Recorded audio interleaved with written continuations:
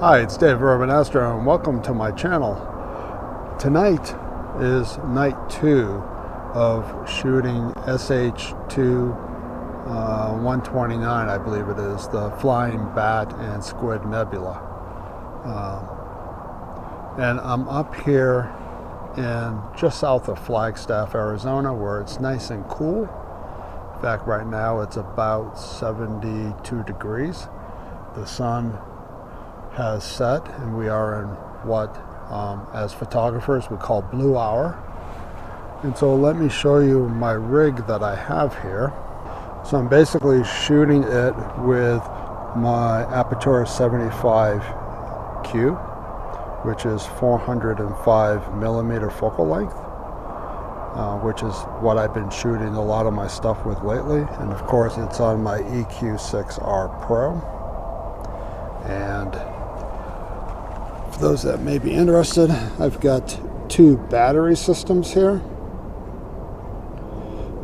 I've got this battery here, which is my primary battery, which everything hooks into, and I power it on, and this powers everything, and then it is hooked into the Blue Eddy right there, which provides backup power. And I typically find, especially running all the stuff that I run, that this battery will keep fully charged, but this one here will run itself down to just 2 bars out of 5. So it works pretty good. And I have a set of foldable solar panels, which I use to charge the Blue Eddy during the daytime. And it takes about 8 hours to fully charge it up from 2 bars to 5. But right now she's fully charged and ready to go. So that's going to work out pretty well. At least I can charge it and then keep shooting day after day. So that's worked out really, really well, which is part of what I was hoping for, and was seeing if whether or not I could get away with just these 2 batteries and then recharging this guy with a foldable solar panel, which I believe is like, I'm not sure how many watts it produces. I know that when this thing was in bright sunlight fully charging, it said that it was receiving about 150 to 180 watts. So the panels are probably 200 watt panels is what I'm thinking. But I would have to check on that. And then for connectivity, I am using this little Wi-Fi router, and it mimics my home network, so that when I'm at home shooting from my backyard, it basically mimics that particular network. And this is the GL-iNet AX, I think it's 1800 wireless router. But basically it mimics my home network, so that I don't have to change anything. I don't have to resid things. I don't need to change IPs or anything. It's as if I'm at home in my backyard, so that my laptop and my computer up here on my telescope here, it all works seamlessly. So that's pretty much it.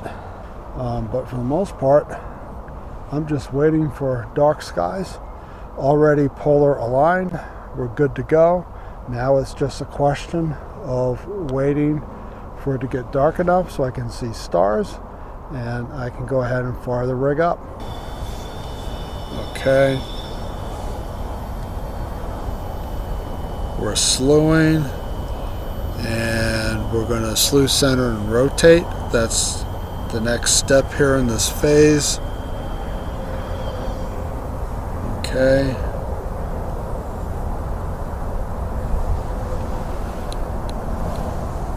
I don't think we're quite there yet, but that's all right. We'll get there here. We're close, but not quite. I think we might be there. Okay. So now we're going to be guiding here, and we're not doing a forced calibration, which is good, and running autofocus. Let me see what guiding looks like.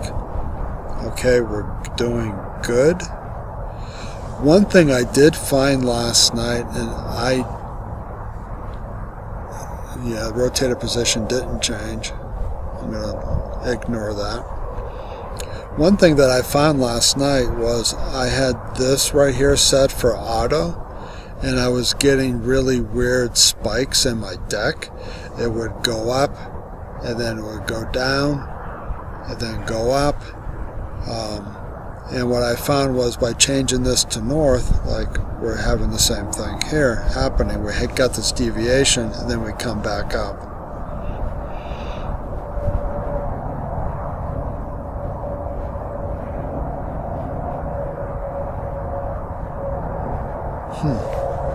Okay, that's kind of what was happening last night, but it was happening down, and then it would go up, and then it would go down, and then it would go up. And when I changed this value right here to north, it was set for auto. It kind of corrected itself. And I have to figure out why I cannot measure this in arc seconds. For some reason, it's set for pixels, and I have to dig in to figure out why I cannot set this thing for arc seconds. There's some setting here in PhD2 that I'm not really sure about, but I'm going to have to figure that out, but I'll figure that out later.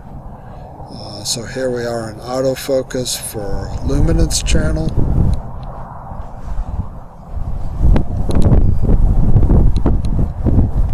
We got a slight breeze. It's about 7 miles per hour. But I think we'll be okay for the night.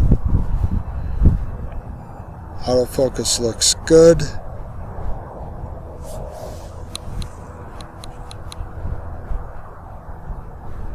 And I'm going to change this right here to 5%. And I'm going to change the time to a time, and it's going to be 3 o'clock in the morning, because based off, as we shoot that, based off of this at 3 o'clock, we're going to be at about 20 degrees or thereabouts above the horizon, which I got a tree line right over here to the west, so 3 o'clock will work. Right now we're taking hydrogen, so I'm kind of curious as to what that looks like. Guiding is all over the place. That's not good. I don't know what's up with guiding tonight. We're still above. Let me check this. I got PPEC on. We're tracking. We got 80-80. We're good.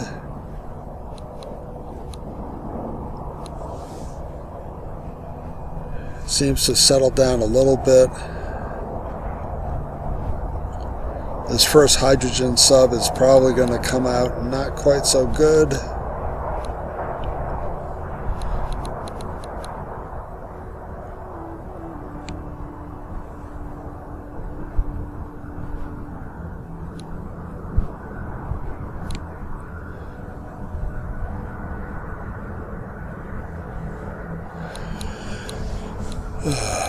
Okay.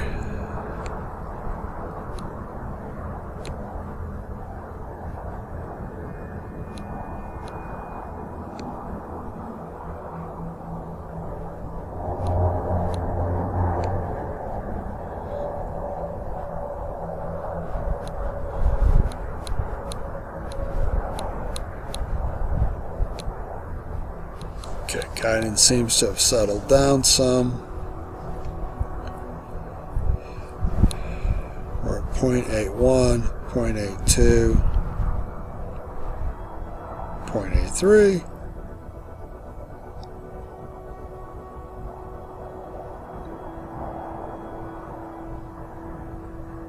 For some reason, it's not, there's some setting, and I don't know what it is, it's not, for some reason, it's not measuring this in arc seconds, which really bothers me. I prefer arc seconds to pixels, because pixels, it's not as good of a measurement as arc seconds, or at least in my mind. So you can see here my star field. So we've got about another minute and a half of the hydrogen here. We'll see how bad it is with this deck going nuts there. We're down to 0.3, so that looks good. And we should see the hydrogen flying bat here momentarily. There we are, there's the flying bat. And the squid is somewhere in here, which the oxygen picks up a little bit of it. Let's take a look. Let's see what the stars here look like.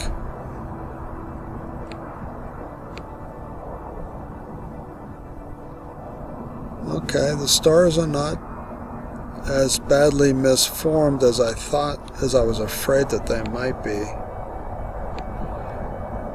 I was afraid they were going to be really misshapen, but they're not too bad. Okay, but you can see the flying bat. I'm not exactly sure why it's called a flying bat, but there we go. That's hydrogen alpha. It's not moving as fast as I'd like it to. So we can see a little bit of the squid right there. You can see part of it right there. It's really faint.